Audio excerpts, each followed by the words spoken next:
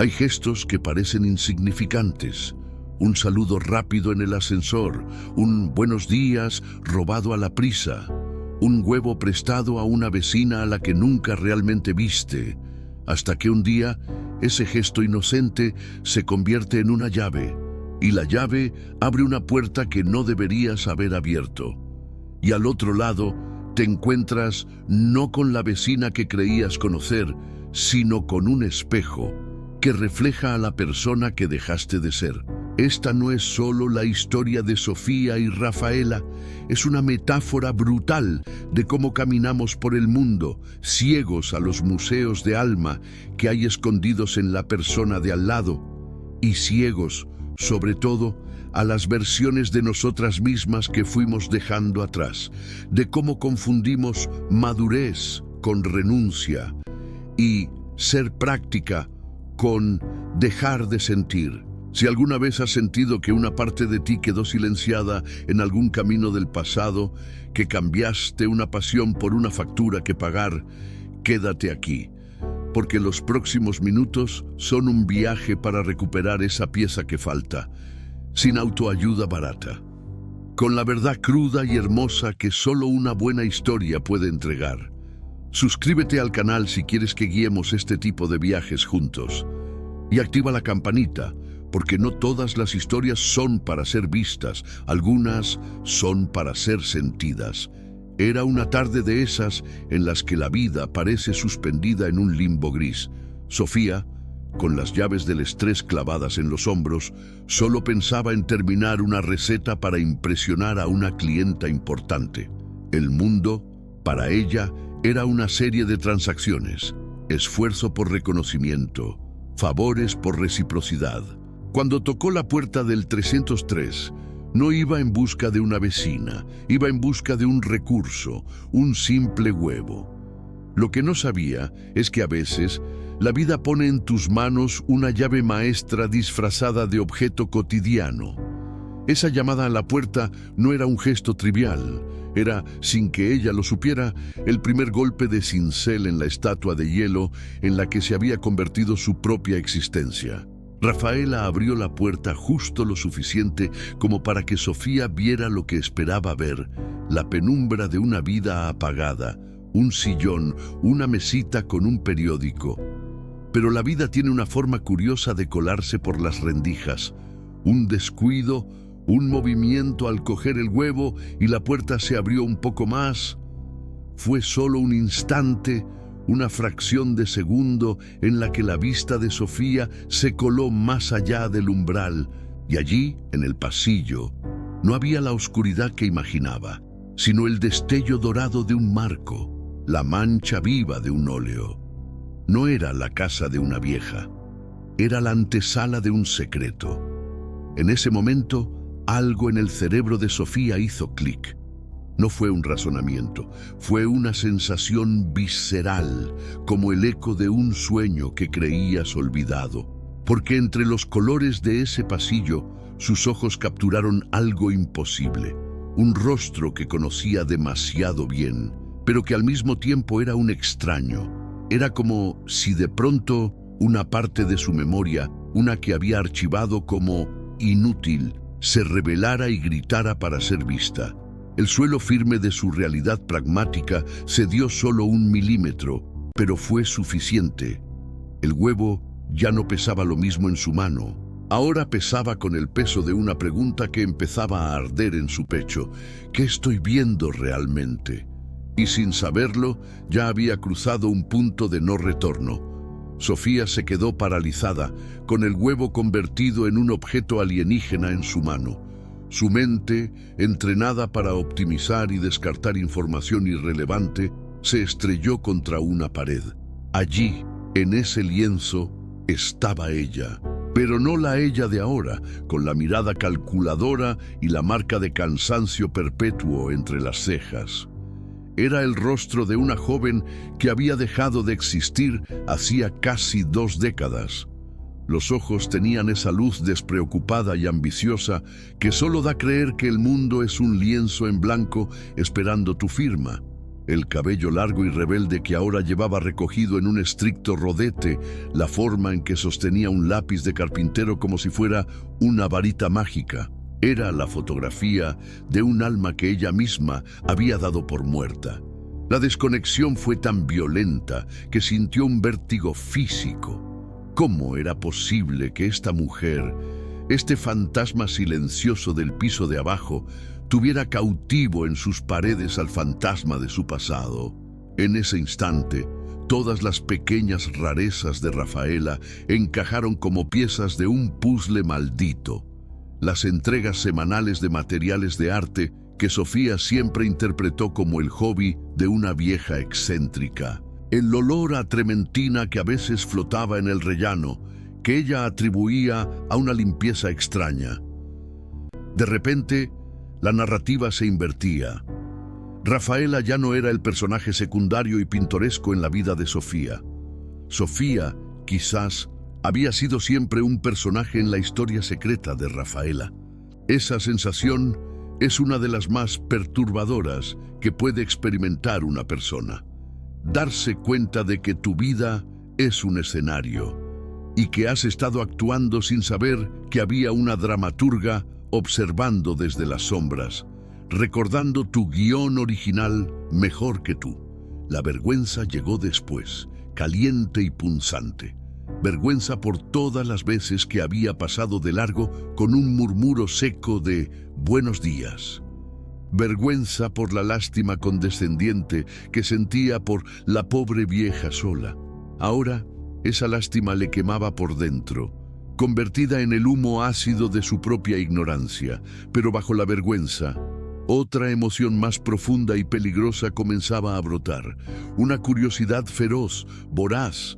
Ya no se trataba solo del cuadro, se trataba de la mirada con la que estaba pintado, porque Rafaela no había capturado solo unos rasgos, había capturado una esencia, una esperanza que Sofía ni siquiera recordaba haber poseído.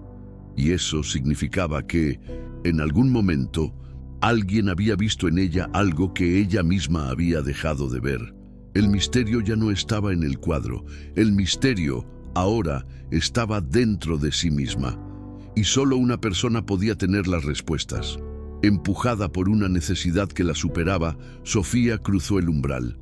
Lo que encontró no fue un apartamento, fue un santuario y a la vez una tumba.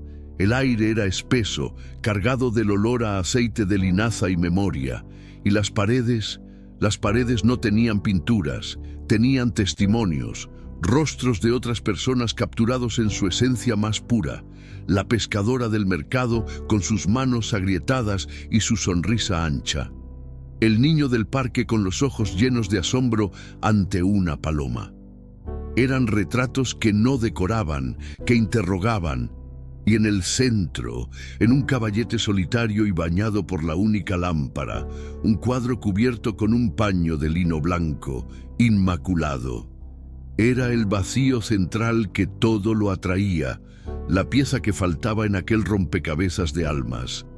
Rafaela no se sorprendió. Asintió lentamente, como si hubiera estado esperando esa intrusión durante 20 años. Su voz, cuando llegó, no tenía la fragilidad que Sofía esperaba. Tenía la textura del papel viejo y la autoridad tranquila de quien ha convivido con fantasmas y ya no les teme. Ese día en el parque del Ibirapuera comenzó, sin preámbulos: «Tú no me viste a mí. Estabas demasiado inmersa en tu mundo», esculpiendo un pájaro en un trozo de madera con una concentración que era un regalo para cualquier artista. Yo estaba perdiendo mi luz, y tú, sin saberlo, me devolviste un destello. Le explicó entonces su verdad, que ella era Rafaela Almeida, un nombre que había significado algo en el mundo del arte y que había enterrado el día que perdió a Clara, su musa y su amor en un accidente. «Dejé de pintar para el mundo», dijo, señalando el cuadro cubierto, «y empecé a pintar contra el olvido. Y tu rostro, la promesa que eras, fue una de mis últimas resistencias». Aquella revelación le dio a Sofía un marco. pero no la comprensión total. Lo que la dejó sin aliento fue el gesto siguiente de Rafaela. Con una serenidad que cortaba el alma, se acercó al caballete y retiró el paño blanco. No era el retrato de una mujer joven y bella como Sofía imaginaba. Era un cuadro poderoso, casi terminado, pero con un espacio vacío justo donde debería estar la mano de Clara. Ella sostenía un pincel, musitó Rafaela. Nunca pude pintar ese pincel. Porque pintarlo habría significado aceptar que su arte, nuestro arte, se había detenido. Ahí lo entendió todo. Sofía no estaba frente a una vieja loca, sino frente a un espejo monumental. Rafaela había congelado su vida en el momento de su mayor dolor. Y ella, Sofía, ¿en qué momento había congelado la suya? ¿Cuándo había dejado caer su propio cincel, su lápiz, su sueño? La conversación ya no era sobre un huevo o un cuadro. Era sobre las tumbas que construimos con nuestras propias elecciones y sobre las llaves que, por casualidad, a veces caen en nuestras manos. No hubo un acuerdo formal ni un apretón de manos. Surgió de la penumbra cargada del estudio, de la verdad brutal que ahora compartían. Era un trueque de supervivencia. «Yo te enseño a ver de nuevo», propuso Rafaela, su mirada clavada en el lienzo inacabado. «A traducir el mundo a líneas y sombras, que es otra forma de entenderlo. Y tú me enseñas a vivir en este mundo nuevo que ya no es el mío». Para Sofía, fue como si le ofrecieran un mapa para navegar un territorio de su propia alma que había dado por perdido. Aceptar no era una opción, era una necesidad fisiológica. La primera lección fue un shock. Rafaela no le dio un pincel. Le dio un lápiz y una hoja en blanco y le dijo: «Dibuja el sonido de la lluvia en el canalón». Esa primera tarea, aparentemente absurda, fue una bomba de humildad. Sofía, acostumbrada a dominar procedimientos y entregar resultados, se enfrentó al terror sagrado de la página vacía. Sus líneas eran torpes, literalistas, quería dibujar gotas, no el sonido. Rafaela observaba en silencio. Luego, tomó otro lápiz y con unos trazos sueltos y aparentemente caóticos, creó un ritmo visual, una textura de angustia y constancia. «No pintas la cosa», dijo, su voz calmada como un río profundo. «Pintas la huella que la cosa deja en ti.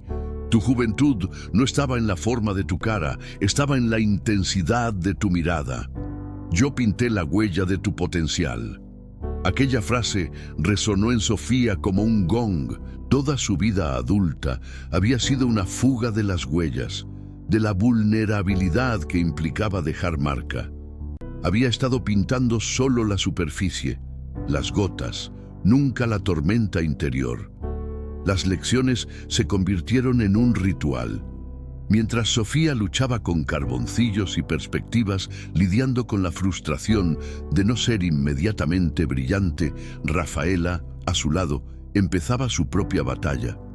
Sofía le mostró cómo usar una tableta digital, cómo buscar referencias en Internet, cómo el arte moderno también vivía en ese mundo pixelado que a Rafaela le aterraba.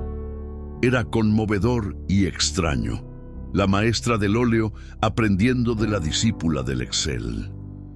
Pero en ese intercambio, algo se descongelaba en ambas. Sofía, al enseñar, recuperaba una paciencia y un lenguaje explicativo que había perdido. Rafaela, al aprender, sentía que una ventana al presente, que creía sellada para siempre, se abría 1 milímetro. No se hablaba de Clara. No se hablaba del sueño abandonado de Sofía. Se hablaba de líneas, de luz, de píxeles. Y sin embargo, con cada trazo, con cada clic, ambas estaban, silenciosamente, pintando sobre los espacios vacíos de sus propias obras maestras inacabadas. El estudio ya no era una tumba, era un taller de resurrecciones a medias, y el aire empezaba a oler menos a pasado y más a posibilidad. La transformación de Sofía fue lenta, subterránea. como una raíz que busca agua en la oscuridad.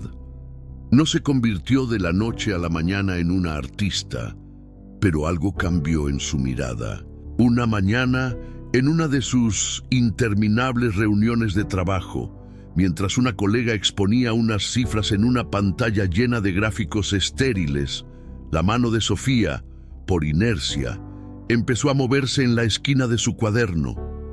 No garabateaba formas ansiosas.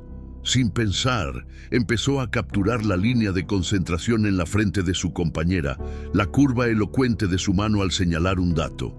Era un simple esbozo, pero estaba vivo. Y cuando llegó su turno de hablar, en lugar de repetir la jerga corporativa, usó esa imagen mental. El dato de la señora López no es solo un número que sube, dijo, señalando su propio boceto torpe, pero lleno de intención. Es la tensión aquí, en la ceja, la expectativa. Nuestro cliente no compra la subida, compra la promesa que esa tensión representa. El silencio en la sala fue absoluto, seguido de un murmullo de asentimiento genuino. Había humanizado un dato, había conectado. Ese día, por primera vez en años, se sintió inteligente de una manera nueva, no como un procesador, sino como una conectora. La pared lisa e impenetrable de su vida profesional había mostrado una grieta, y por ella se colaba una luz distinta. En casa, el cambio era más tangible. La caja de lápices y buriles viejos ya no estaba escondida bajo la cama. Estaba sobre su escritorio, junto al portátil. Y una tarde, sin planearlo, abrió un programa de dibujo digital que había instalado para Rafaela y se puso a jugar, a mezclar las lecciones de óleo con las posibilidades digitales. Creó una pieza abstracta, un caos de colores que, para ella, era el sonido de la lluvia que nunca pudo dibujar al principio. Le mostró esa creación digital a Rafaela. La vieja maestra observó durante largos minutos, su rostro impasible. Sofía sintió un golpe de vergüenza, pensando que aquello era una herejía para una purista del óleo. Entonces, Rafaela extendió un dedo y tocó la pantalla sobre una mancha de color. «Aquí», dijo, su voz cargada de algo que sonaba a asombro. «Esta transición es como la que yo intentaba lograr en los cielos de mis cuadros, pero la pintura es más lenta, más física. Tú lo has conseguido con un clic, Pinda». No fue un elogio a la técnica, fue un reconocimiento del intento, del lenguaje que empezaba a brotar. En ese momento, Sofía comprendió que no se trataba de ser mejor que su pasado, sino de ser fiel a la huella que ese pasado había dejado. La joven del cuadro y la mujer de la tablet eran, al fin, la misma persona. Solo que ahora, esta nueva mujer tenía las herramientas para terminar el dibujo que la primera había solo esbozado. Y al mirar a Rafaela, vio en sus ojos una pregunta reflejada. Si ella estaba recomenzando, ¿significaba que también era hora de que la maestra enfrentara su propio lienzo cubierto? Y así, en el silencio compartido de una tarea que no era una tarea, las dos fantasmas se hicieron reales. Una rescatando del olvido la promesa que fue, la otra encontrando el coraje para pintar, por fin, junto a su ausencia, y no contra ella. Miré a su alrededor ahora, por un momento. La vecina del lado, la compañera de trabajo silenciosa, la familiar a la que ya no le hace preguntas. ¿Qué cuadros guardan en su estudio secreto? ¿Qué huella de luz vieron en usted que quizás usted misma ha olvidado? Y más importante aún, ¿qué cuadro suyo tiene cubierto con el lienzo del «no es el momento», del «no soy lo suficientemente buena», del «ya es demasiado tarde»? No se trata de volverse artista, se trata de recordar que usted es, ante todo, una creadora, creadora de su carácter, de sus relaciones, de la huella que deja en los demás. Y toda creación requiere, en algún momento, el valor de mirar al lienzo en blanco, o al cuadro inacabado y dar el siguiente trazo, aunque sea torpe, aunque sea a medias, aunque sea simplemente pedir un huevo a una extraña. Cuéntame en los comentarios, ¿qué yo del pasado crees que alguien podría tener guardado en un cuadro que tú ya no recuerdas? ¿O qué pequeño trazo puedes dar esta semana para acercarte a terminar ese cuadro interno? Tu experiencia es el pigmento con el que pintamos nuestra próxima historia aquí. Comparte este vídeo con alguien que necesita recordar que su obra maestra personal sigue en progreso.